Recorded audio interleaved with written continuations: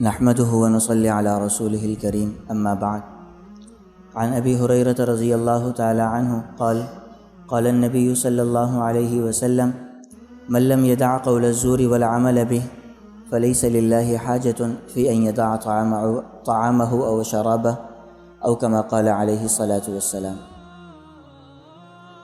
حضرت ابو ہریرہ رضی اللہ تعالی عنہ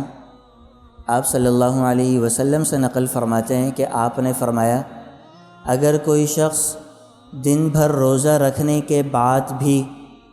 جھوٹ بولنا اور دھوکہ دینا چھوڑ نہ سکے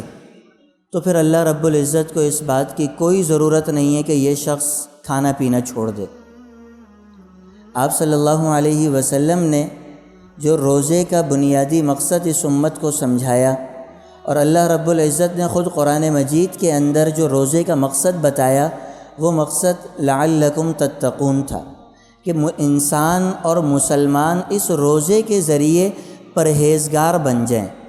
انسان اس روزے کے ذریعے گناہوں سے آہستہ آہستہ دور چلا جائے، ورنہ روزہ رکھنے کا اس کے علاوہ اور کوئی خاص مقصد نہیں۔ لیکن اگر یہ مقصد ہی حاصل نہ ہو سکے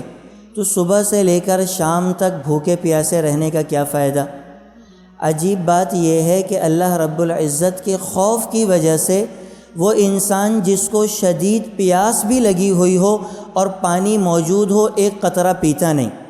وضو کرتے ہوئے منہ میں کلی کے لیے پانی ڈالتے ہیں، حلق سے نیچے نہیں اترتا کہ اللہ نے منع کی ہے۔ کچن میں کبھی چلے گئے، کوئی چیز غلطی سے چکھ لی تو فوراً کلی کرتے ہیں کہ اللہ نے منع کی ہے۔ لیکن جس چیز کو اللہ نے ہمیشہ ہمیشہ کے لیے حرام قرار دیا، جس چیز کی حلت کبھی ہوئی نہیں، کھانا تو رمضان کے علاوہ کھانا حلال ہے، رمضان نے بھی صرف ایک مخصوص اوقات میں کھانے پر پابندی،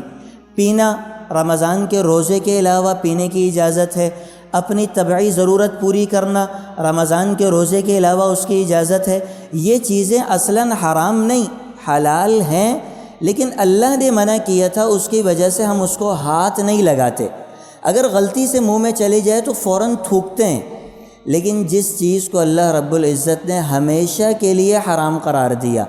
چاہے وہ جھوٹ کی صورت میں ہو، چاہے وہ دھوکے کی صورت میں ہو، غیبت کی صورت میں ہو، تہمت کی صورت میں ہو، بہتان کی صورت میں ہو، الزام کی صورت میں ہو، بدعہدی کی صورت میں ہو، گالم گلوچ کی صورت میں ہو، کسی بھی صورت میں ہو، کوئی بھی رخ اختیار کر لے، اگر یہ عادت اور صفت نہیں چھوٹی ہے تو اس روزے رکھنے کا کوئی فائدہ نہیں۔ آپ صلی اللہ علیہ وسلم نے جو روزے دار کی خوبی بیان فرمائی تھی اور جو روزے کی صفت بیان فرمائی، آپ نے فرمایا روزہ دار اس طرح ہوتا ہے کہ فلا یرفس ولا یسخب، کبھی بیہودہ بات کرتا ہی نہیں ہے،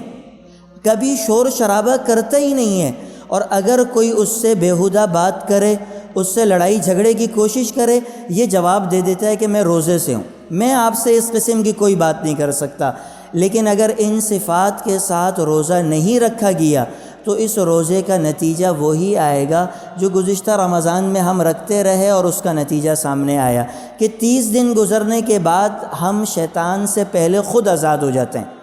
رمضان کے بعد جب شیطان آزاد ہو، اس سے پہلے ہم آزاد ہو جاتے ہیں کہ بازار کی زینت بنے ہوئے ہیں، فلاں گناہ کی زینت بنے ہوئے ہیں، اس گناہ کے ارتکاب میں لگے ہوئے ہیں، اس لیے کہ اس رمضان کے مقصد کا ہم نے خیال نہیں رکھا۔ جس تربیت کے لیے رمضان تھا وہ تربیت ہماری نہیں ہوئی۔ یہ رمضان بھی آیا، گزر گیا، اپنے اوقات کار کے مطابق، اپنی حرکات کے مطابق ہم پھر اسی طریقے پہ آ گئے۔ اور اگر روزہ اس طرح کا ہو تو اس کے بارے میں آپ صلی اللہ علیہ وسلم نے یہ ارشاد فرمایا کہ ایسے روزے دار کو بھوکا اور پیاسا رہنے کے علاوہ کوئی فائدہ نہیں ہوگا، نہ دنیا میں کوئی فائدہ، نہ آخرت میں کوئی فائدہ، صرف صبح صادق سے لے کے غروب آفتاب تک یہ شخص بھوکا ہے، بس، اور کچھ بھی نہیں ہے۔ تو یہ ان صفات کے ساتھ روزہ رکھنے کی کوشش کریں تاکہ جب یہ رمضان گزرے تو ہماری زندگی میں حقیقی تبدیلی آ جائے، ایسا نہ ہو کہ یہ رمضان بھی گزشتہ رمضان کی طرح گزرے۔ اللہ رب العزت ہمیں عمل کی توفیق عطا فرمائے۔ الحمدللہ رب العالمین والصلاۃ